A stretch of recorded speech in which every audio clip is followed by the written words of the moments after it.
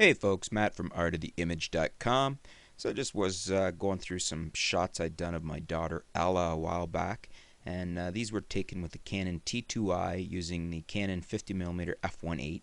Stellar little lens if you're looking for a excellent fast prime at a very reasonable price. Probably my favorite Canon lens simply for the fact that it is tack sharp, performs very well, super light, small, and is cheap. You can get it for just over $100.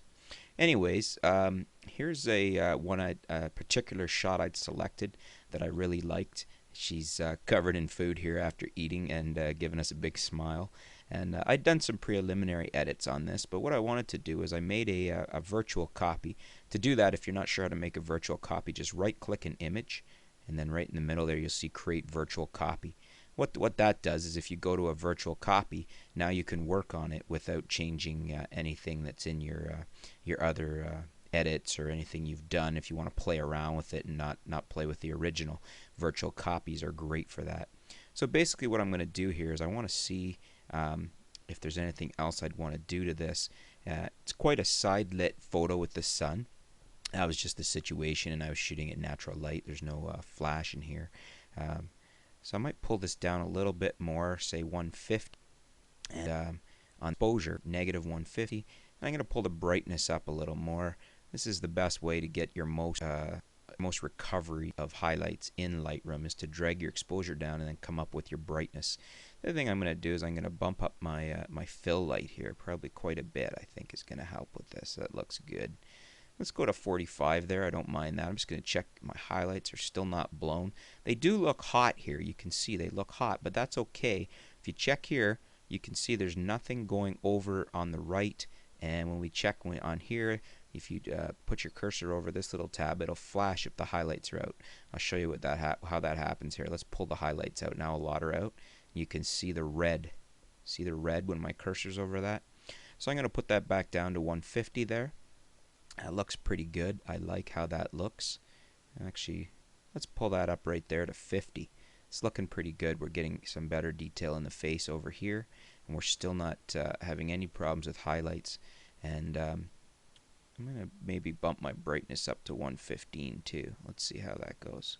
That's looking pretty good. So there's the difference with a little brightness bump there. And the exposure, still at negative 150. You can see if the exposure was at 0, there's the difference. So we're at negative 150. I might use a little bit of recovery on here. We don't really need it because we're already below the exposure blown out area by reducing the exposure. But I'm going to do that a bit and then raise my brightness. So I'm up to 120 again on brightness. We're still fine over here. I've got my blacks pumped up a little here, so anytime you're going to go recovery for exposure, you're going to use that slider. I always suggest you pull your blacks up some more because basically you're going to see that the black contrast washes out a bit by using that slider. I think I'm going to pull my contrast up a little too there. That looks pretty good. I'm liking this shot. Now something I'd already done previously was I'd used a preset on here for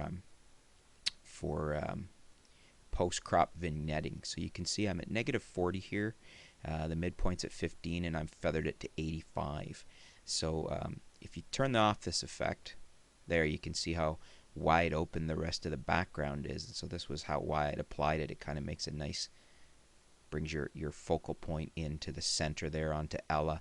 Kind of nicely dims out the background for it with a nice vignette there. So you can play around with that yourself and see what you like. You can see here I'm at negative 40. If I had reduced it, you could see how it lightens up a bit, and you can darken it right down. For me, darken it down that much is too much because it doesn't look too natural.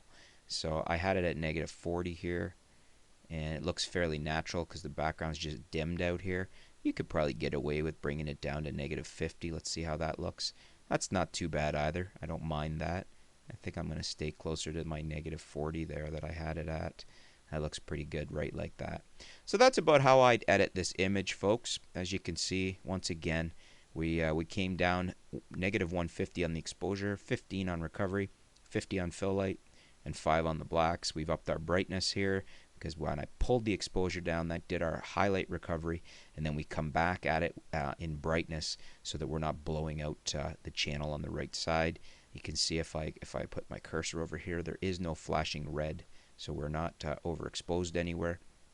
And it looks pretty good. I think it demonstrates nicely how nice that Canon 50mm f1.8 works for a portrait lens.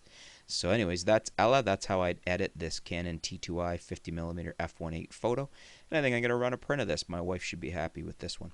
Thanks for tuning in, folks. Stay tuned. We'll be back with some more video posts, some more articles. We'll keep you up to date with what's going on in the world of photography here at artoftheimage.com. Thanks a lot.